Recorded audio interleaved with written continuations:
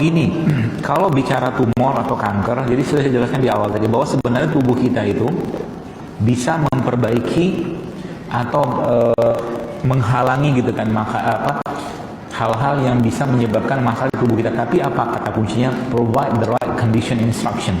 Kata kunci pertama bagi orang-orang yang kena tumor atau kanker, berserah dirilah pada Allah, bertawakallah sama Allah, dan mintalah maaf, minta ampun sama Allah. Karena biasanya, ya setahu saya juga secara umum orang-orang kanker itu biasanya makannya juga tidak benar.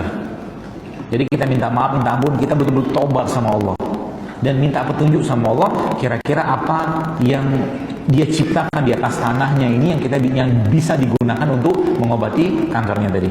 Karena sebenarnya kalau boleh saya katakan, seluruh rimpang itu anti kanker, seluruh rimpang. Jahe, kunyit, ya, kencur, temulawak, semuanya anti kanker.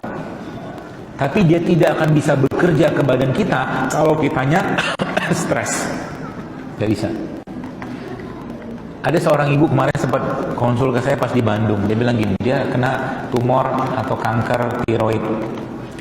Wajah dia tuh sedih banget. Bahkan cerita tentang penyakit itu dia menangis gitu kan. Mau ya? Kalau mata udah ke situ semua. Ini anti kanker.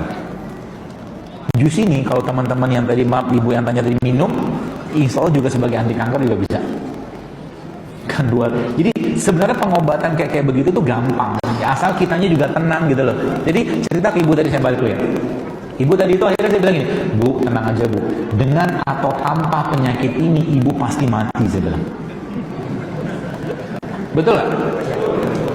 Relatif sarkastik gitu kan kata-kata itu kan. Kayaknya tuh sarkas banget gitu kan. Tapi kata-kata membuat dia akhirnya tersenyum.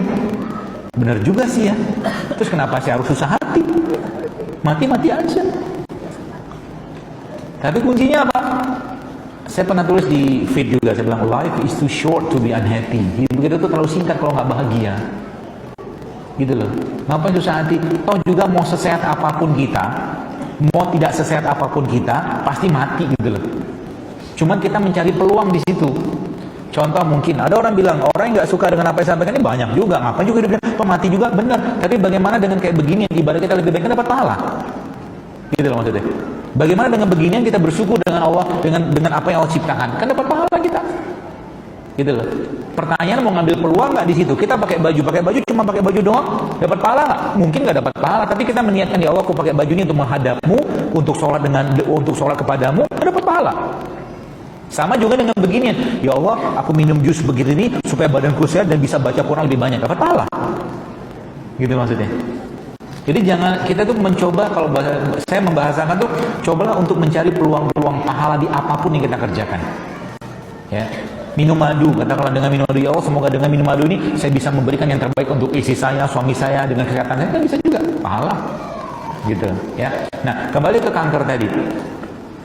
Jadi kondisi yang pertama kali harus diciptakan adalah ini dulu.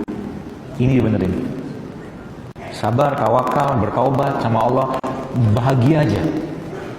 Sebab kebahagiaan itulah nanti akan memunculkan hormon-hormon yang bisa nanti pada akhirnya juga mengeliminir atau membuang kanker tadi. Ya, itu kata kunci pertama. Kata kunci kedua apa? Gennya kita bisa diperbaiki dengan cara apa? Dengan cara dikembalikan kepada ini. Ya, ini saluran buah beginian.